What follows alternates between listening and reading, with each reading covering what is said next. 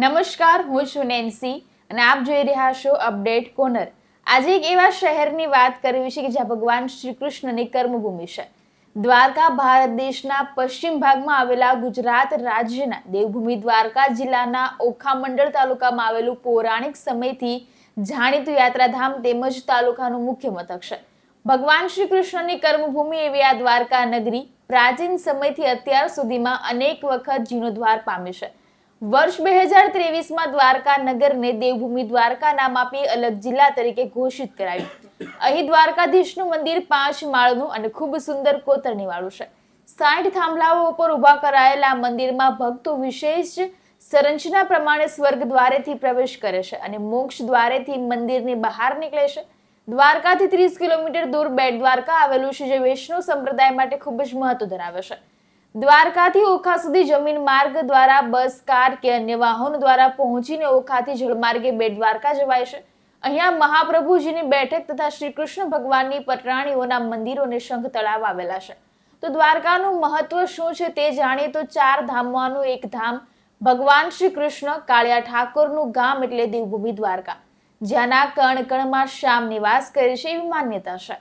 અહીં અસંખ્ય ભાવિક ભક્તો ભગવાનને પ્રેમથી યાદ કરે છે। દ્વારકા ભગવાન કૃષ્ણની કર્મભૂમિ ગણાય છે। અયોધ્યા, મથુરા, માયા, કાશી, કાંચી, અવંતિકા, પુરી, દ્વારાવતી ચૈવ સપ્તેતા મોક્ષદાયિકા। અર્થાત અયોધ્યા, મથુરા, માયાનગરી, કાશી, પુરી, દ્વારાવતી કે જે દ્વારકા એ 7 નગરીનો મોક્ષ આપનારી છે। આ નગરી વિશેષ ધાર્મિક અને આધ્યાત્મિક મહત્વ ધરાવે છે। હિન્દુ ધર્મના 4 ધામોમાં દ્વારકાનો પણ સમાવેશ થાય છે। જગતગુરુ શંકરાચાર્યએ સ્થાપેલા 4 મઠો પૈકીનો શારદા મઠ અહીં દ્વારકા ખાતે આવેલો છે। દેવભૂમિ દ્વારકા જિલ્લામાં સ્થિત દ્વારકા એક મોટું નગર। અહીં હિન્દુ ધર્મના નાના મોટા અનેક મંદિરો, ગોમતી નદીના કિનારે વસેલું આ નગર હિન્દુ ધર્મનું પવિત્ર તીર્થ છે। દ્વારકા સાથે એક મોટું રહસ્ય જોડાયેલું છે। કહેવાય છે કે ભગવાન શ્રી કૃષ્ણના વૈકુંઠ ગયા બાદ તેમને વસાવેલી દ્વારકા નગરી સમુદ્રમાં ગરકાવ થઈ ગઈ। આજે પણ ત્યાં તે નગરીના અવશેષો મળી આવે છે। તો આ દ્વારકા નગરીનો ઇતિહાસ શું છે? તો ભગવાન શ્રી કૃષ્ણએ તેમના મામા અને મથુરાના અત્યાચારી રાજા કંસનો વધ કર્યો। આથી કંસના સસરા મગધ નરેશ જરાસંઘ શ્રી કૃષ્ણ સાથે વેરભાવ રાખીને યાદવો ઉપર વારંવાર આક્રમણ કરવા લાગ્યા। આથી વારંવારના આક્રમણોથી વ્રજભૂમિની રક્ષા કરવા માટે ભગવાન શ્રી કૃષ્ણે નવા સ્થળે વસવાટ કરવાનો નિર્ણય લીધો અને આ માટે તેમણે કુશસ્થળી પર પસંદગી ઉતારી અને કુશસ્થળીમાં આવતા પહેલા શ્રી કૃષ્ણે કુશાદિત્ય, કર્ણાદિત્ય, સર્વાદિત્ય અને ગૃહાદિત્ય નામના અસુરો સાથે યુદ્ધ કરીને તેમનો નાશ કરીને સમુદ્ર તટ ઉપર દ્વારકાનું નિર્માણ કર્યું। શ્રીમદ ભાગવત જણાવે છે કે દ્વારકાનું નિર્માણ કરતા પહેલા શ્રી કૃષ્ણ સમુદ્રને 12 યોજન જમીન આપવાની અને પાણીને ખસેડી લેવાની વિનંતી કરી। આથી સાગરદેવે જગ્યા આપી અને ત્યાર પછી વિશ્વકર્માજીએ દ્વારકાનું નિર્માણ કર્યું।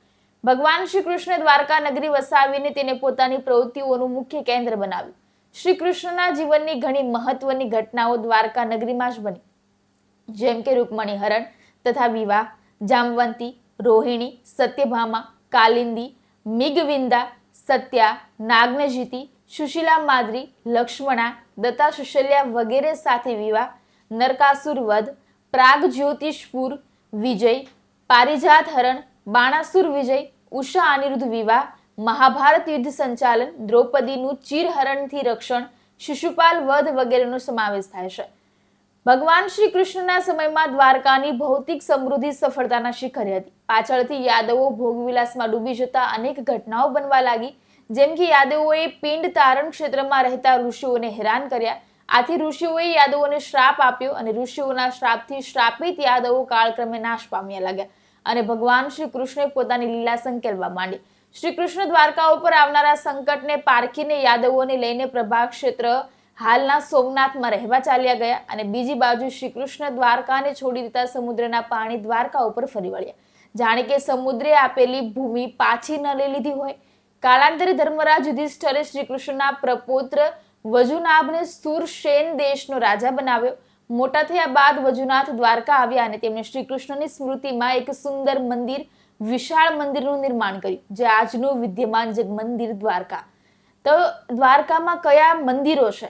દ્વારકામાં અનેક જોવાલાયક સ્થળો અને ધાર્મિક સ્થળો આવેલા છે, જેમાંનું પહેલું છે જગત મંદિર। દ્વારકાજીના મંદિરથી પ્રખ્યાત છે એવું ભગવાન શ્રી કૃષ્ણનું દ્વારકાધીશનું મુખ્ય મંદિર આવેલું છે, જે જગત મંદિર તરીકે ઓળખાય છે. પુરાતત્વ વિભાગના મંતવ્ય પ્રમાણે આ મંદિર લગભગ 1200 વર્ષ જૂનું છે. જગત મંદિર દ્વારકામાં મુખ્ય શ્રી દ્વારકાધીશની મૂર્તિ કાળા પથ્થરોની બનેલી છે અને 2 ફૂટ ઊંચી છે. આ રૂપમાં ભગવાને પોતાની 4 ભુજાઓમાં શંખ, ચક્ર, ગદા, પદ્મ ધારણ કરેલા છે. એવું માનવામાં આવે છે કે વિદેશી આક્રમણકારોથી બચવા પ્રાચીન મૂર્તિને દ્વારકાના સાવિત્રી નામના કુવામાં સુરક્ષિત રાખવામાં આવી હતી. તો મંદિરમાં મૂર્તિ નહીં હોવાથી શ્રીમદ વલ્ભાચાર્યજીએ લાડવા ગામમાં રાખેલી મૂર્તિને લાવીને મંદિરમાં સ્થાપિત કરી અને રૂકમણીજી આ મૂર્તિની પૂજા કરતા. 16મી સદીમાં તુર્કોએ મંદિર ઉપર આક્રમણ કરતા આ મૂર્તિને બેટ દ્વારકા લઈ જવામાં આવી અને સાવિત્રી કુવામાંથી અસલી મૂર્તિ કાઢીને મંદિરમાં પ્રસ્થાપિત કરવામાં આવી. દ્વારકાધીશના મુખ્ય મંદિરોમાં દ્વારકાધીશ ઉપરાંત અન્ય 24 જેટલા મંદિરો આવેલા છે. બીજું છે ગોમતી ઘાટ. તો કે દ્વારકાધીશનું મંદિર ગોમતી નદીના જ કિનારે છે. ગોમતી ઘાટ ઉપરથી 56 સીડીઓ ચડીને મુખ્ય મંદિરમાં પ્રવેશ કરી શકાય છે, જેને સ્વર્ગ દ્વાર કહેવામાં આવે છે. ગોમતી નદીના સામેના કિનારે પંચાનંદ તીર્થ છે. આ સ્થળની વિશેષતા એ છે કે ચારે બાજુ સમુદ્ર હોવા છતાં તેમના 5 કુવાઓમાં મીઠું પાણી મળે છે. હવે એવું કહેવાય છે કે પાંડવોએ આ કુવાઓનું નિર્માણ કરાવ્યું હોવાનો ઉલ્લેખ છે.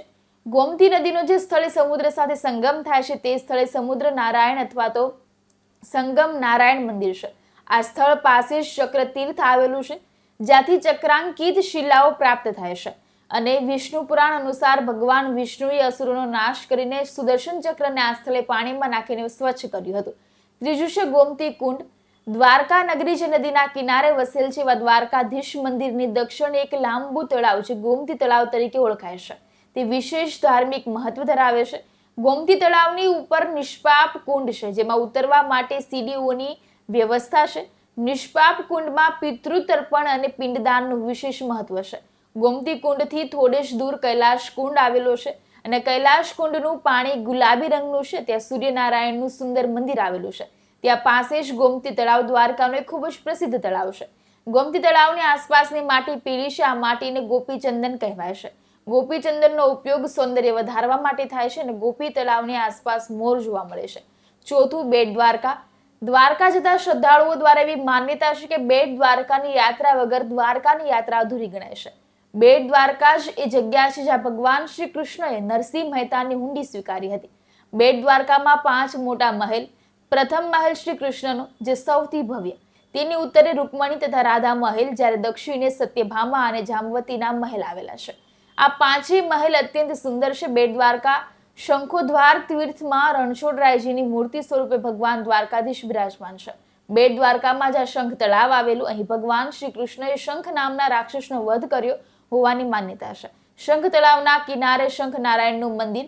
બેટ દ્વારકા ટાપુ ઉપર ભગવાન દ્વારકાધીશજીના મંદિરથી લગભગ 3 કિલોમીટર દૂર હનુમાનજીનું મંદિર, જે હનુમાન દાંડી તરીકે ઓળખાય છે અને આ સ્થળે ભાવિકા રામ ભક્ત હનુમાનની સુપારીની માનતા રાખે છે. આ સ્થળે હનુમાનજી પાતાળમાં રામચંદ્રજી લક્ષ્મણને લાવ્યા હતા એવી હનુમાન દાંડીની પૌરાણિક માન્યતા છે. તો દ્વારકાની આસપાસ દર્શનીય સ્થળોમાં દ્વારકાની આસપાસ દર્શન કરવા લાયક ઘણા જ સ્થળો છે, જેમાં નાગેશ્વર મંદિર મુખ્ય છે. આ મંદિરની સ્થાપના વિશેની કથા એવી છે કે ભૂતકાળમાં અહીં સમુદ્ર કાંઠે આવેલા 9મા દારૂક નામના રાક્ષસ અને દ્વારુકા નામની રાક્ષસીનો આતંક હતો.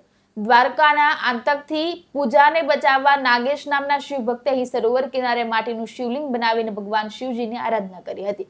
તો આવા જ જોવાલાયક સ્થળો વિશે અને શહેરના ઇતિહાસ માટે આવા ઇન્ફોર્મેટિવ વિડીયો જોવા માટે અમારી ચેનલને લાઇક, શેર અને સબસ્ક્રાઇબ જરૂરથી કરજો.